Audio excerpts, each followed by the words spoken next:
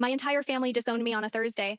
By Saturday, I was a millionaire. The Sunday calls were incredible. My family's condition for continued relationship with me had always been implicit rather than stated, which made it more effective as a control mechanism and harder to name as one. The condition was this: I was welcome as long as I was legible to them. As long as my choices mapped onto the trajectory they had imagined for me, the warmth was genuine and available. The moment I deviated, the warmth became a negotiating tool. The deviation that finally exhausted their patience was my resignation from a stable corporate position to pursue a ceramics practice full-time.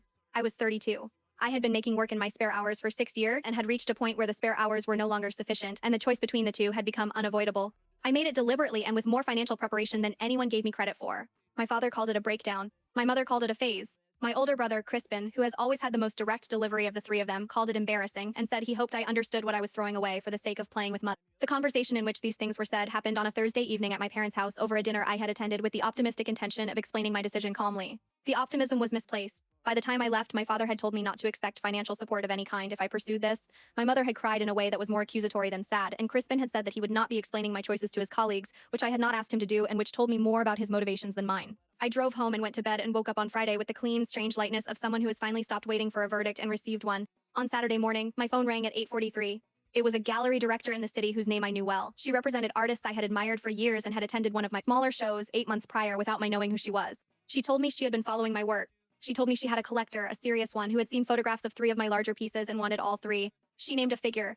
I sat down on my kitchen floor. The figure she named was not a lottery win. It was something more specifically disorienting. It was a number generated entirely by work I had made with my own hands in hours, stolen from a job I had just left, and it landed on the Saturday morning after the Thursday night my family had told me I was throwing everything away. I told her I was interested.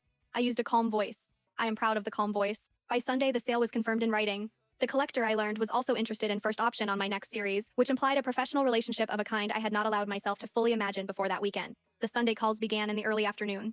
My mother first, gentle and probing, asking how I was settling into my decision. Then Crispin, who opened with a joke that functioned as a temperature check. Then my father, who asked with studied casualness whether I had given any more thought to the conversation we had had on Thursday. The calls had the same architecture: warm re-entry, careful repositioning. Nobody said the word sorry. Nobody acknowledged Thursday directly. Each call was an attempt to re-establish connection in a way that did not require admission of what had made connection necessary to re-establish. I was pleasant to all 3 of them. I answered their questions without hostility and without the information they were orienting toward, because nobody had asked me directly, and I saw no reason to volunteer it to people who had spent a Thursday evening telling me I was making a catastrophic mistake. My father eventually asked how the ceramics were going. I told him things were developing in ways I was genuinely excited about. He said he was glad to hear it. I said I appreciated that. We spoke for 4 more minutes about nothing significant and then said goodbye, and I set my phone down and looked around my studio at the work, covering every available surface, and felt something so uncomplicated and so thoroughly mine that I did not have a word for it. I still do not have a word for it. I have found that I do not need one.